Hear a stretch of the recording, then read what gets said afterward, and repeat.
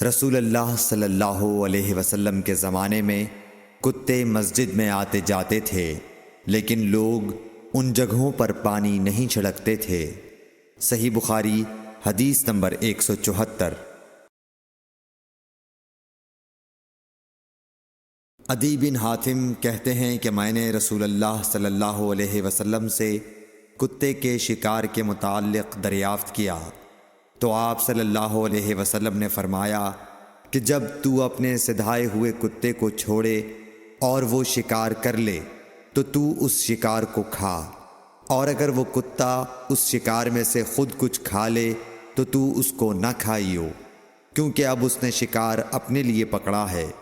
میں نے کہا کہ بعض دفعہ میں شکار کے لیے اپنے کتے چھوڑتا ہوں، پھر اس کے ساتھ دوسرے کتے کو بھی پاتا ہوں۔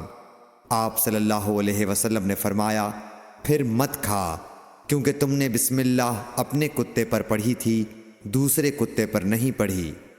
صحیح بخاری حدیث نمبر 175۔ رسول کریم صلی اللہ علیہ وسلم نے فرمایا کہ بندہ اس وقت تک نماز ہی میں رہتا ہے جب تک وہ مسجد میں نماز کا انتظار کرتا رہے، تا وقت کہ وہ حدث نہ کرے۔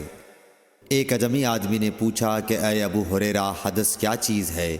انہوں نے فرمایا کہ ہوا جو پیچھے سے خارج ہو، جسے عرف عام میں گوز مارنا کہتے ہیں۔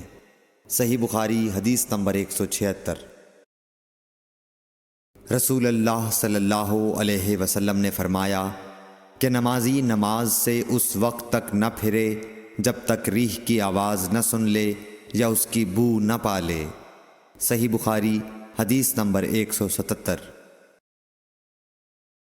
حضرت علی رضی اللہ تعالی عنہ نے فرمایا کہ میں ایسا آدمی تھا جس کو سیلان مزی کی شکایت تھی، مگر رسول اللہ صلی اللہ علیہ وسلم سے دریافت کرتے ہوئے مجھے شرم آئی، تو میں نے ابن الاسود کو حکم دیا۔ انہوں نے آپ صلی اللہ علیہ وسلم سے پوچھا، آپ نے فرمایا کہ اس میں وضو کرنا فرض ہے۔ صحیح بخاری حدیث نمبر 178۔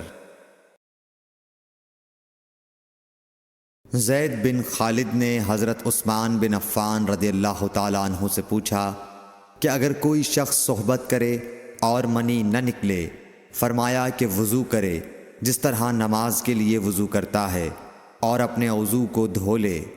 حضرت عثمان رضی اللہ تعالیٰ عنہ کہتے ہیں کہ یہ میں نے رسول اللہ صلی اللہ علیہ وسلم سے سنا ہے۔ زید بن خالد کہتے ہیں کہ پھر میں نے اس کے بارے میں حضرت علی، زبیر، طلحہ اور ابی بن کعب رضی اللہ عنہم سے دریافت کیا، سب نے اس شخص کے بارے میں یہی حکم دیا۔ صحیح بخاری حدیث نمبر 179۔ رسول اللہ صلی اللہ علیہ وسلم نے ایک انصاری کو بلایا، وہ آئے تو ان کے سر سے پانی ٹپک رہا تھا۔ رسول کریم صلی اللہ علیہ وسلم نے فرمایا، شاید ہم نے تمہیں جلدی میں ڈال دیا۔ انہوں نے کہا، جی ہاں۔ تب رسول اللہ صلی اللہ علیہ وسلم نے فرمایا کہ جب کوئی جلدی کا کام آ پڑے یا تمہیں انزال نہ ہو تو تم پر وضو ہے، غسل ضروری نہیں۔ صحیح بخاری حدیث نمبر 180۔